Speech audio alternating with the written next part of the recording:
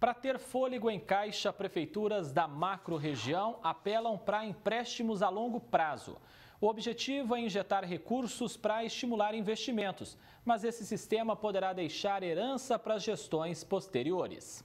Quando não há dinheiro, o empréstimo pode ser uma opção viável, mas ultimamente tem sido uma regra para as prefeituras da macro-região, principalmente em 2019.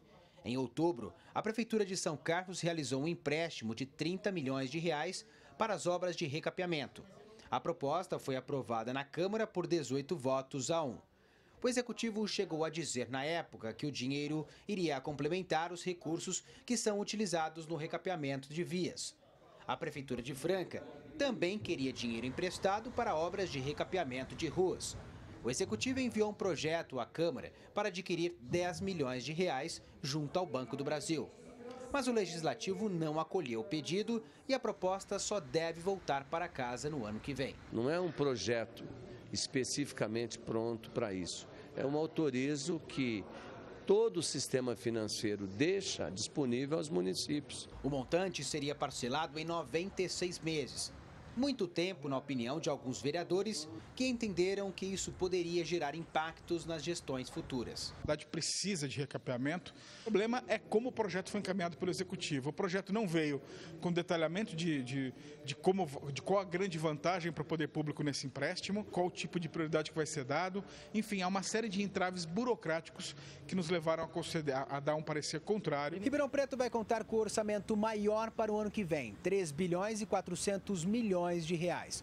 O montante é visto pela Comissão de Finanças da Câmara como um sinal de crescimento em relação ao cenário nacional. Mas, mesmo assim, ainda é cedo para dizer se esse orçamento será suficiente para honrar as despesas e ainda sobrar aquele dinheiro em caixa para fazer os investimentos necessários. A lei orçamentária anual aprovada pelo Legislativo inclui receitas da própria administração e gastos com autarquias e a Câmara, que vai custar 71 milhões de reais. Acontece que esse orçamento está praticamente comprometido. Diante disso, a Prefeitura também recorreu a empréstimo de 75 milhões de reais para investimento em diferentes áreas. O prefeito Duarte Nogueira diz que o recurso é extremamente necessário. Para recuperar a nossa zeladoria, investir no Ribeirão Mobilidade para melhorar o pavimento, asfalto novo, recursos que virão para a reforma dos nossos museus, dos nossos teatros, investimentos em prédios para a área da saúde, construção de escolas, mais recursos para a mobilidade urbana. Esse empréstimo será pago em 10 anos, um longo período, mas o chefe do Executivo diz que o montante não vai prejudicar gestões futuras. A Lei de Responsabilidade Fiscal nos permite ter até 16% de financiamento captado de longo prazo, 16%. Com todos esses investimentos de quase 700 milhões de reais que nós captamos e estamos investindo até agora, o endividamento não chegou a 2%. Então a cidade tem enorme fôlego para financiar isso a longo prazo, enquanto a gente coloca todas as dívidas de curto prazo, como eu disse no início da entrevista, em ordem para não deixar nada para aquele que vier depois de nós no próximo mandato. Para esse economista, o empréstimo não é a melhor opção, mas pode ser a única saída em alguns casos.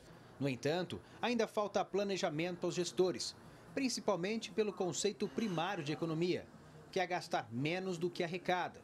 E essa regrinha vale principalmente para os gastos com servidores. Todas as prefeituras têm esse mesmo problema.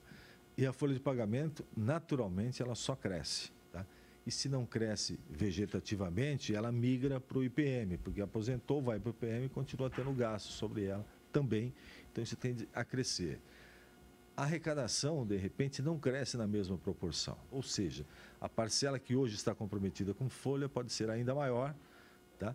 Na medida em que nada for feito para alavancar essa receita. Ele ainda afirma que as prefeituras também podem buscar ajuda no setor privado, por meio de parcerias. Pode também ser uma parceria público-privada. Existem empresas que adorariam ter a sua bandeira aliada, por exemplo, ao Museu do Café e restaurar o museu e por algum tempo, por 10 anos, por 15 anos, não sei, manter um vínculo de imagem sua com o do museu, que comercialmente seria importante, portanto a iniciativa privada poderia se interessar em fazer o investimento. Rafael Aguiar para o Jornal da Clube.